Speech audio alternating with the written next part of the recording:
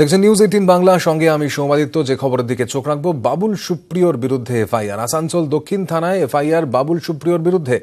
বাবুলের বিরুদ্ধে মানহানির অভিযোগ। তৃণমূল নেত্রী মমতা বন্দ্যোপাধ্যায়ের সম্মানহানি করা হয়েছে। বাবুল সুপ্রিয় একটি গান রেকর্ড করেছিলেন এবং সেই গানে মূলত বিজেপির প্রচার, কিন্তু সেই গানে বাবুল সুপ্রিয়র বিরুদ্ধে অভিযোগ উঠছে। গানের কথায় এমন কিছু রয়েছে যাতে তৃণমূল নেত্রী মমতা বন্দ্যোপাধ্যায়ের সম্মানহানি হয়েছে। ভোটের জন্য বিজেপির হয়ে গান বাবুলের এবং গানের কথাতেই আপত্তি জানিয়ে এফআইআর পশ্চিম বর্ধমানের একটি সংগঠনের, এবং সেই সংগঠন ইতিমধ্যেই এফআইআর দায়ের করেছে আসানসোল দক্ষিণ থানায়।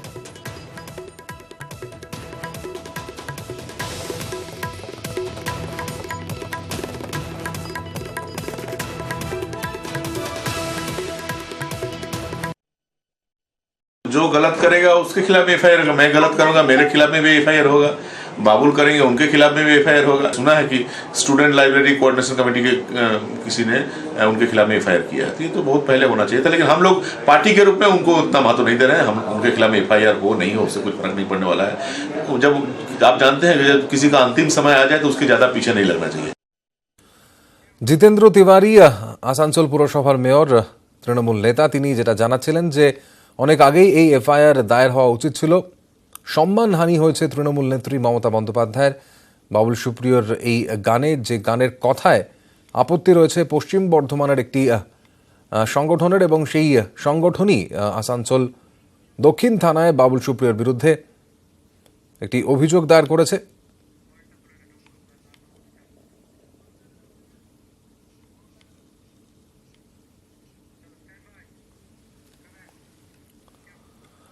মুর্শিদাবাদের খবরের দিকে চোখ রাখবো। মুর্শিদাবাদের ডোমকলে ভোটের আগে তৃণমূল নেতা খুন। দলীয় মিটিং সেরে বাড়ি ফেরার পথে খুন ডোমকলের তৃণমূল পঞ্চায়েত সমিতির কর্মাধ্যক্ষ আলতাফ শেখ।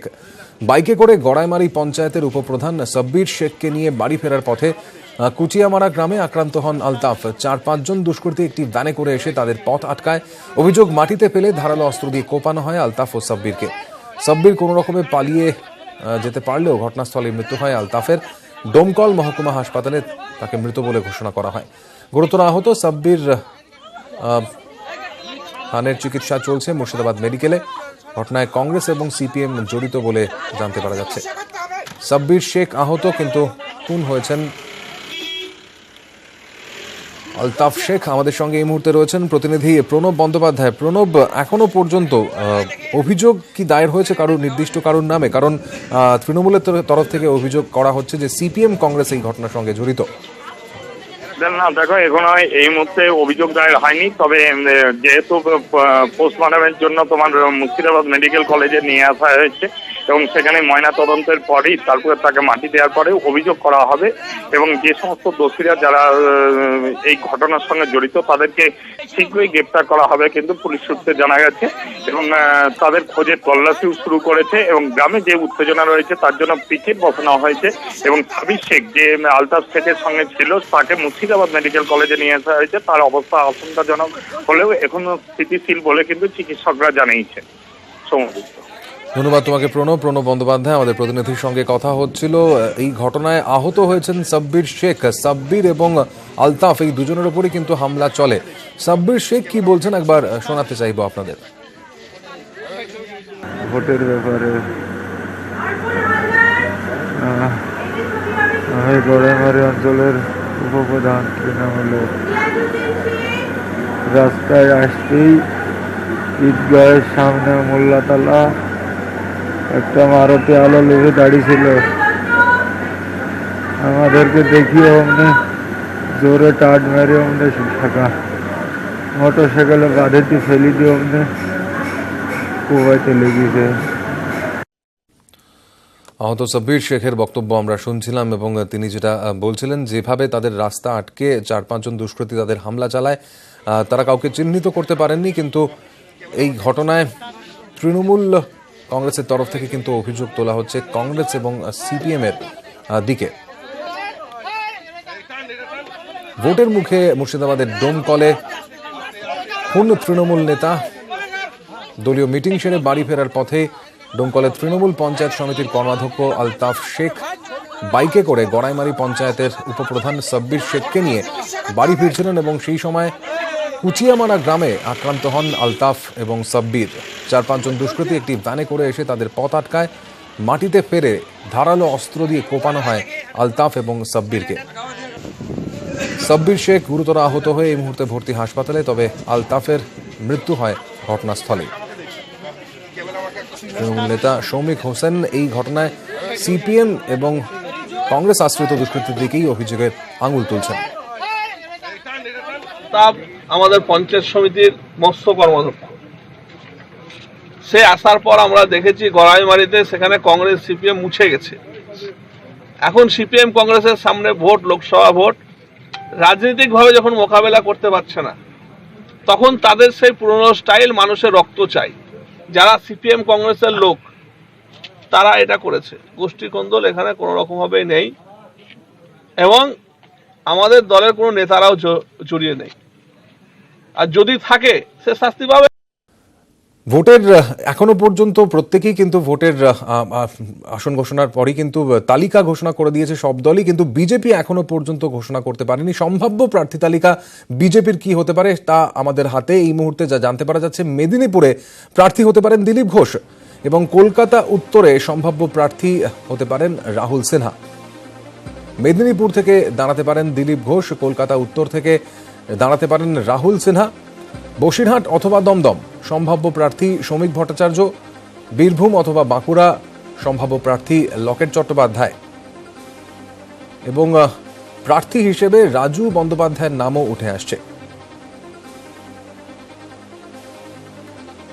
পশ্চিমবঙ্গে বিজেপির প্রার্থী তালিকা কবে তা নিয়ে বারবারই প্রশ্ন উঠছে এবং সেই এখনো পর্যন্ত সেই প্রশ্নের উত্তর না পাওয়া গেল। যা সম্ভাব্য কিছু প্রার্থী তালিকা এসেছে আমাদের হাতে, তাতে জানতে পারা যাচ্ছে মেদিনীপুরে দিলীপ ঘোষ প্রার্থী হতে পারেন মেদিনীপুর লোকসভা আসনটি থেকে। এছাড়া কলকাতা উত্তর এই আসনটি থেকে প্রার্থী হতে পারেন রাহুল সিনহা। শ্রমিক ভট্টাচার্য দমদম কিংবা বসিরহাট এই দুটি জায়গার যে কোনো একটি থেকে দাঁড়াতে পারেন। লকেট চট্টোপাধ্যায় বীরভূম কিংবা বাঁকুড়ার যে কোনো একটি জায়গা থেকে দাঁড়াতে পারেন। আমাদের সঙ্গে এই মুহূর্তে রয়েছেন প্রতিনিধি অরূপ দত্ত। অরূপ, কি জানতে পারা যাচ্ছে বিজেপির এই প্রার্থী তালিকা সম্পর্কে এবং এই প্রার্থী তালিকার সম্ভাব্য এই মুহূর্তে জানতে পারা যাচ্ছে কবে অফিসিয়ালি বিষয়টি সামনে আসবে সেটা সম্পর্কে কিছু জানা যাচ্ছে কি? দেখো, আজকে দিল্লিতে যে বৈঠক রয়েছে এবং সেটা হয়তো সন্ধ্যের পরে সেই বৈঠক হবে এবং দু দফায় এই বৈঠকে আজকে প্রাথমিকভাবে অন্তত 10-15টি আসনে প্রার্থী তালিকা চূড়ান্ত করার সম্ভাবনা রয়েছে বলে আমরা জানতে পারছি। এখন যেটা 42টি কেন্দ্রের যে প্রার্থী, সেটা সেই প্রার্থী তালিকায় বিজেপি কিছু চমকদার মানে প্রার্থী দিতে চাইছে। যেমন তুমি যেটা বললে যে হাওড়ায় প্রাক্তন ফুটবলার কল্যাণ চৌবে, উলুবেড়িয়ায় ইসরাত জাহান, শ্রীরামপুরে কবির শঙ্কর বসু, ঘাটালে ভারতী ঘোষ, এই ধরনের বেশ কিছু প্রার্থী তারা তাদের নাম ঘোরাফেরা করছে। যাদবপুর কেন্দ্রের অগ্নিমিত্রা পল, এই ধরনের বেশ কিছু প্রার্থীর নাম ঘোরাফেরা করছে। কিন্তু এগুলো কিন্তু এখনো পর্যন্ত এদের অনেকেই বিজেপিতে যোগদান করেনি বা তাদের প্রার্থী পদ নিয়ে চূড়ান্তভাবে কিছু বলা যায় না, কিন্তু নিশ্চিতভাবে এটা বলা যায় যে বিজেপির তরফ থেকে এদের সঙ্গে যোগাযোগ রয়েছে। দ্বিতীয় যে বিষয়টি হচ্ছে যে ইতিমধ্যেই যারা যোগ দিয়েছেন, যেমন দুলাল বর, খগেন মুর্মু, এরা দুলাল বর যেরকম বনগাঁয় প্রার্থী হতে চান বা প্রার্থী হওয়ার সম্ভাবনা রয়েছে, খগেন মুর্মু মালদা উত্তর কেন্দ্রে প্রার্থী হতে চান। কিন্তু এই আসনগুলো একেবারে নিষ্কণ্টক বলা যায় না, কারণ বনগাঁর আসন নিয়ে শান্তনু ঠাকুর এবং দুলাল বরের মধ্যে একটা টানাপোড়েন রয়েছে। শান্তনু ঠাকুর নিজে প্রার্থী না হলেও তার মনোনীত প্রার্থীকে দাঁড় করাতে হবে, এরকমই একটা দাবি তিনি বিজেপির কাছে করেছেন, যদিও সেই দাবি মানতে রাজি নয় বিজেপি। তো সেই ক্ষেত্রে দুলাল বর প্রার্থী হতে পারেন বা সেই সম্ভাবনার কথা মাথায় রেখে তাকে দলে যোগ দিয়েছেন তিনি। অন্যদিকে খগেন মুর্মু সম্ভাব্য উত্তর মালদার প্রার্থী। বিষ্ণুপুরের কেন্দ্র থেকে সৌমিত্র খাঁ, তিনি প্রার্থী হবেন, এটা প্রায় ধরেই নেওয়া যায়। অনুপম হাজরা বোলপুর থেকে প্রার্থী হবেন, এটা প্রায় ধরেই নেওয়া যায়। দমদম কেন্দ্রে রন্তিদেব সেনগুপ্ত, তার নাম নিয়েও যথেষ্ট চর্চা রয়েছে, যদিও ওই কেন্দ্রে শ্রমিক ভট্টাচার্যকে প্রার্থী করার বিষয়ে দলের একটি অংশ যথেষ্ট তৎপর। অন্যদিকে রাজ্য নেতৃত্বের মধ্যে দিলীপ ঘোষ, রাহুল সিনহার মতো ওজনদার নেতারা তারাও কিন্তু প্রার্থী হওয়ার যথেষ্ট সম্ভাবনা রয়েছে। দিলীপ ঘোষ মেদিনীপুর থেকে, কলকাতা উত্তর কেন্দ্র থেকে রাহুল সিনহার প্রার্থী হওয়ার সম্ভাবনা রয়েছে। তবে গোটা বিষয়টি নির্ভর করছে মানে কাদের উপরে আস্থা, কোন প্রার্থীর উপরে আস্থা রাখবেন এবং অমিত শাহ সেটার উপরে, এবং সেই বিষয়টি চূড়ান্তভাবে নির্ণয় করবে পার্লামেন্টারি বোর্ড এবং অমিত শাহ নিজে, এবং তারপরেই সেই নামের পাশে শিলমোহর পড়বে। একটা ধন্যবাদ কথা তোমাকে। বারবার অমিত শাহের কথা